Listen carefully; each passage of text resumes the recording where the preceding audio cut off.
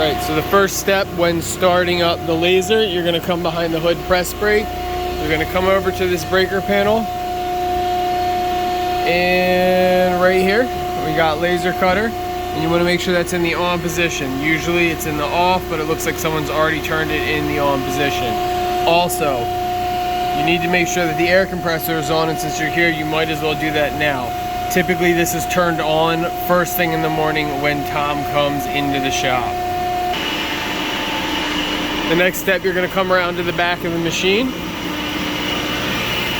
Here we have the laser disconnect switch.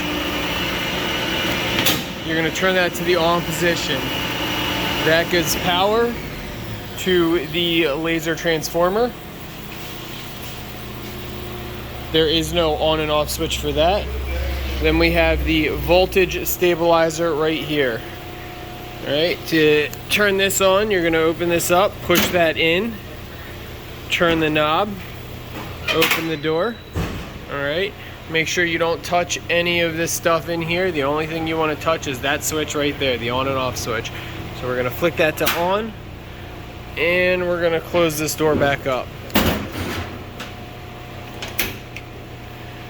Alright, after it turns on, you'll hear a click and see a green light, and it tells you the power coming in right here and the power going out, and it should be right around 380. That's what it's set for. It can fluctuate. I believe it's 10% or 2.5%, it says somewhere, but if it's fluctuating too much, it'll let you know by throwing a different light on. So after that's on, we go over to the laser control right here, and this is the whole brains of the laser. I'm going to open up this door, and this just shows you what's in here. All the servo drives, connections, wires, and all that. You can see down here, this is where everything goes into. Alright, you don't actually need to open this up.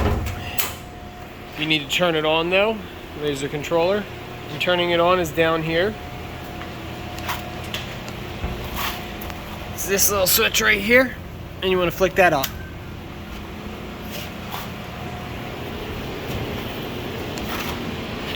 So you will know that is on. You don't have to do this and look, but you will know that's on by seeing some lights on in here now, and I can hear the fans. These fans in here.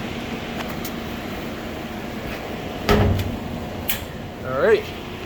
The next step is coming over to the water cooler.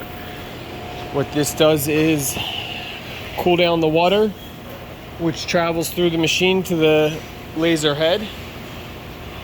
That way it doesn't overheat. So we're just going to open this up. And we'll switch right here. Flick that on.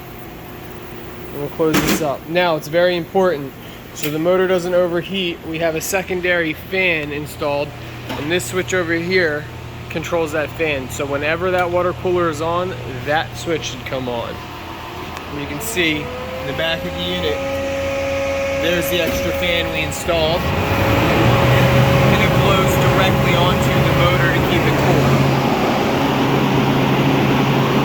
Alright, and then we have the actual fiber laser right here.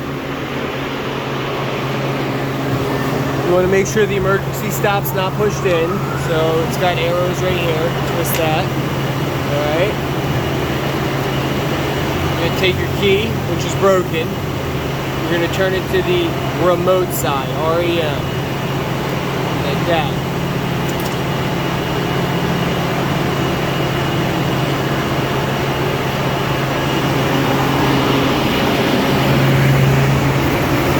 And you're going to turn this disconnect off in the back right here on.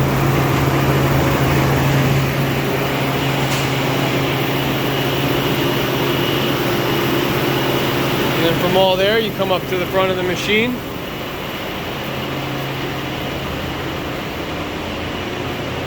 And this is the laser HMI, a human machine interface. And this is how we do all the controls. Got a keyboard there, got a screen, and you're going to want to hit this button right here, computer activated, to turn it on. And what that does is send a signal to the computer inside the controller. It actually turns it on. Alright, next video we'll go over setting up material and parameters for this laser.